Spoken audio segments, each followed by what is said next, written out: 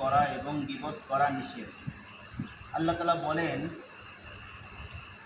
ইয়া আইয়ুহাল্লাযীনা আমানুজতানিবু কাসীরাম মিনায-যন্নি ইন্না বা'দায-যন্নি ইসমুন ওয়ালা তাজাসসাসু ওয়ালা ইয়াগতাব বা'দুকুম বা'দান আইয়ুহিব্বু আহাদুকুম আইয়াকুলা লাহমা আখিহি মাইতান ফাকারিহতুমুহু ওয়াত্তাকুল্লাহা ইন্নাল্লাহা তাওয়াবুর রহিম। হে ঈমানদারগণ, তোমরা অনেক কুধারণা থেকে বেঁচে থাকো, কেননা প্রত্যেক ধারণা গুনাহ, আর তোমরা একে অন্যের দোষ ত্রুটি অন্বেষণ করো না এবং পরস্পর গীবত করো না। তোমাদের মধ্যে কেউ কি তার মৃত ভাইয়ের গোশত ভক্ষণ করতে পছন্দ করবে? বস্তুত তোমরা তো তা ঘৃণাই করো। সুতরাং তোমরা আল্লাহকে ভয় করো। নিশ্চয়ই আল্লাহ তওবা কবুলকারী, পরম দয়ালু। আলোচ্য আয়াত থেকে প্রতীয়মান হয় যে মৃত মানুষের গোশত খাওয়া যেমনিভাবে হারাম ও অত্যন্ত নিকৃষ্ট কাজ, তেমনিভাবে কারো অনুপস্থিতিতে তার গীবত করাও হারাম ও নিকৃষ্ট কাজ। তাছাড়া আলোচ্য আয়াতে মানুষের প্রতি শুধু অনুমানের ভিত্তিতে কুধারণা করতে কঠোরভাবে নিষেধ করা হয়েছে। অনুমানের ভিত্তিতে কারো প্রতি খারাপ ধারণা করা কবিরা গুনাহ, কাউকে বিদ্রূপ করা ও নিন্দা করা নিষেধ।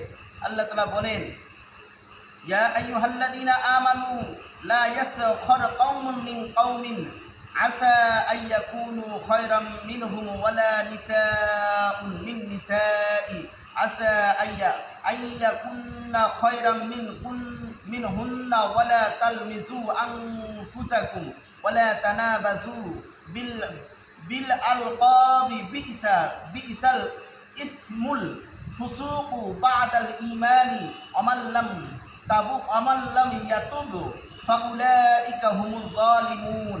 হে ঈমানদারগণ, কোন সম্প্রদায় যেন অপর কোন সম্প্রদায়কে বিদ্রূপ না করে। হতে পারে তারা বিদ্রূপকারীদের চেয়ে উত্তম। আর কোন নারীও যেন অন্য নারীকে বিদ্রূপ না করে। হতে পারে তারা বিদ্রূপকারীদের চেয়ে উত্তম। আর তোমরা একে অপরের নিন্দা করো না এবং তোমরা একে অপরকে মন্দ উপনামে ডেকো না। ঈমানের পর মন্দ নাম কতই না নিকৃষ্ট, আর তারা তাওবা করে না, তারাই তো জালিম। মন্দ নাম তো বুঝছেন, নাম একটা আমরা ডাকি একটু নামে, এরকম আছে না? আবুল কালাম ডাকি কালাইম না, আছে না নাই? এটা আল্লাহ তাআলা নিষেধ করছে যে তোমরা এভাবে মানুষের নামকে বিদ্রূপ করে ডাইকো না। ফায়দা আলোচ্য আয়াতে পৃথিবীর সকল মুমিন নারী পুরুষকে তিনটি নির্দেশন দেওয়া হয়েছে। কাউকে তুচ্ছ, এক নম্বরে কাউকে তুচ্ছ ও নগণ্য মনে করে ঠাট্টা বিদ্রূপ করবে না। 2 নম্বরে কারো গীবত করবে না। 3 নম্বরে কাউকে ব্যঙ্গ করে ডাকবে না। দুঃখজনক হলেও সত্য যে বর্তমানে এই 3টি রোগ আমাদের সমাজে মহামারীতে রূপ নিয়েছে। শিক্ষিত অশিক্ষিত, আলেম গায়রে আলেম, ধনী গরিব সকলেরই মধ্যে তা পরিলক্ষিত হচ্ছে। অথচ এই আয়াতে বলা হয়েছে ঈমান আনার পর এই কুস্বভাবগুলো সর্বাধিক নিকৃষ্ট। যারা তওবা করে তা পরিহার করবে না, তারা নিকৃষ্ট জালিম, আর জালিমরা কখনোই আল্লাহর নৈকট্য লাভ করতে পারবে না। অতএব আসুন, যাদের মধ্যে উপরোক্ত 3টি কুচরিত্র রয়েছে তারা আজ থেকে পাক্কা এরাদা করি। 1 নম্বরে জীবনে আর কখনো কাউকে তুচ্ছ মনে করব না।